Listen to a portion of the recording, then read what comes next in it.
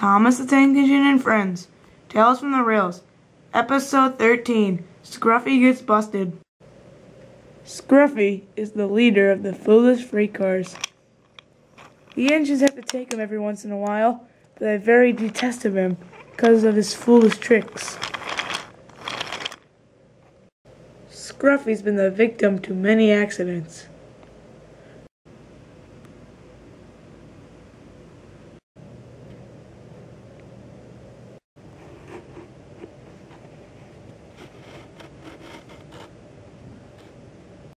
Many of the engines hate his foolish tricks.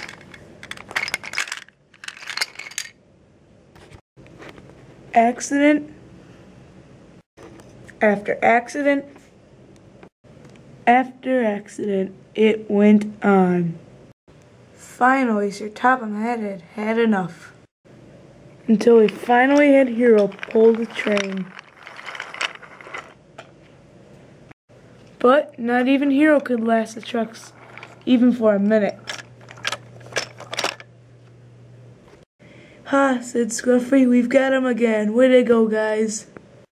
"Silly cars," said Hero. Finally, Sir Topham had 3 diesels come pull the train. Norman, Paxton, and Sydney. "You 3 must pull a train this afternoon. Be very careful. The train involves Scruffy, the most foolish freight car of them all."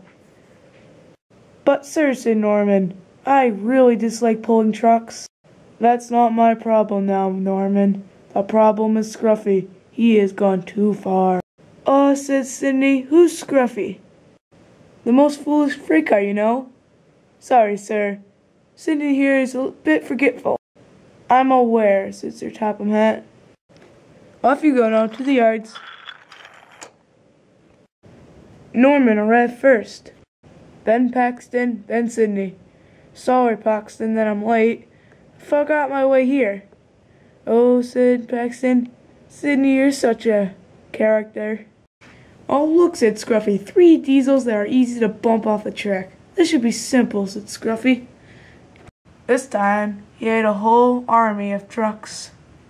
"Bring it on," said Norman. "We can pull you easily. No crashes." "Yeah," said Paxton. "No accidents." "What's an accident?" asked Sydney. "Duh," said Scruffy. "1 down, 2 to go, boys." The 3 decided to hold a meeting about what they were going to do. "Hey," said Sydney, "why don't we put the most troublesome truck in the back?" "Wow, Sydney, that's brilliant," said Norman. "Even for the clumsy wheels you have, you do got a brain in there." "Oh," said Paxton, "clumsy wheels." They soon got to work, but when Norman didn't couple up to Scruffy first, he was confused. "Hey," said Scruffy, "what's going on? I'm supposed to be in the front." "Well, today's not your lucky day," said Norman. "Come on," said Scruffy, "I'm the leader of this group. They need me in the front." "Well then," said Norman, "I guess you're in the back." Scruffy was horrified. "This can't be," said Scruffy. "This is outrageous." But Norman started to puff away.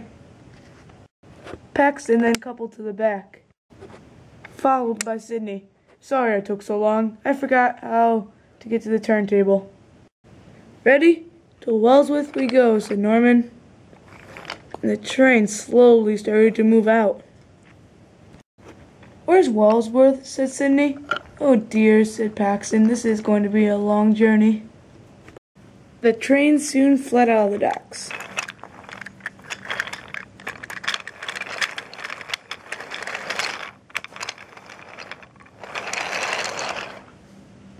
Scruff saw that Scruffy was in the back. "Well done, guys. That was a very smart idea." The route was simple, without any hills, but they still had to be careful at crossings.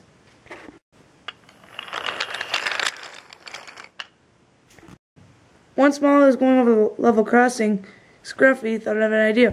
"Push, guys, push!" And so they did. But they completely missed her, as Scruffy couldn't see anything from the back.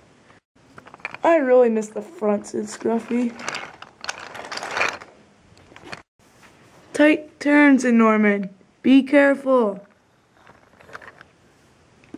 Scruffy saw this as another chance. Come on, guys, push, push, we can throw him off the rails.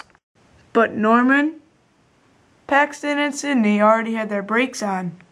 I can't see anything back here, said Scruffy. The trucks became very frustrated after this.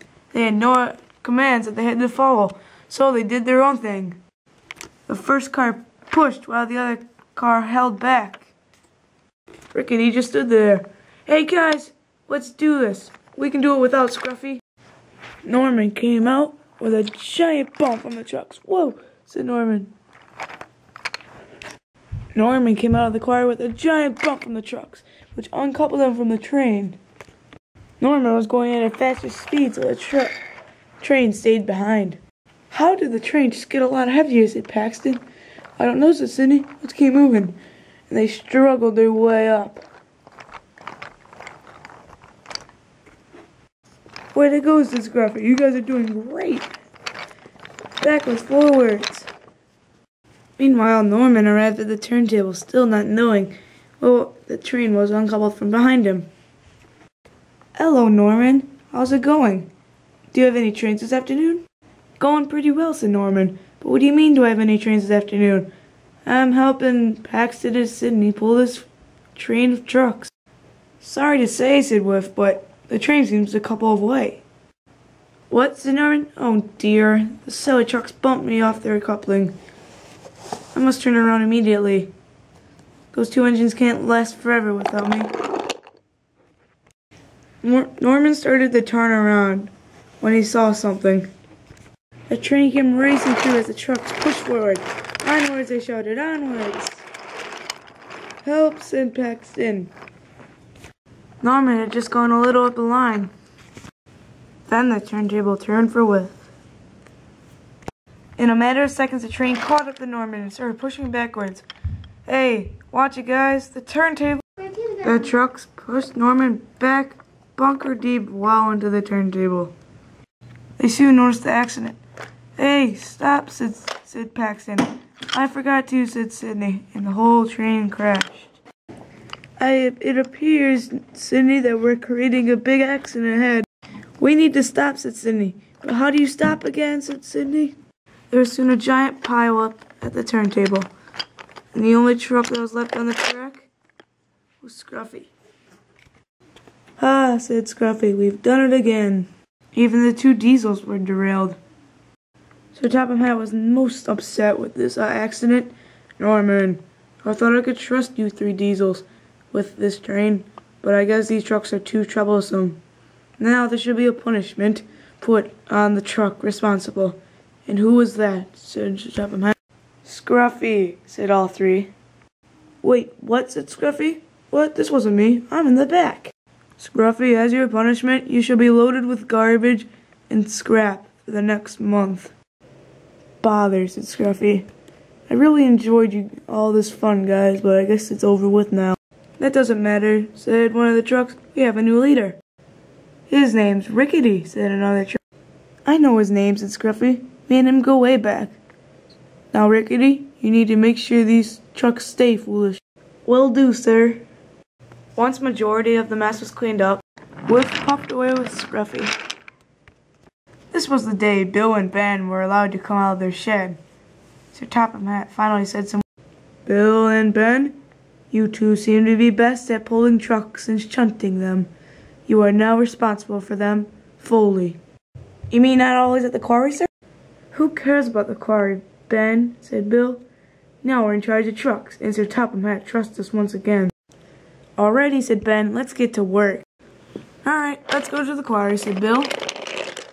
Yeah, and you guys, let's go to Brendam Docks, or even the yards. That's a good engine, said Sir Topham Hatt. Later that day, the three met up again. Boys, said Neumann, those trucks were troubled. Sir Topham Hatt was right to choose us for the job. I'm just glad I didn't forget the route, said Sydney. Thanks to Paxton over here. Well then, said Norman. For next time? For next time, they said. Little did the three diesels know. Somebody was lurking behind them. Said the diesel. These three would make great recruits for helping the diesel works. and possibly ruling Sodor, said Diesel 10. Well then, I shall have to get to work, he said, and oiled away.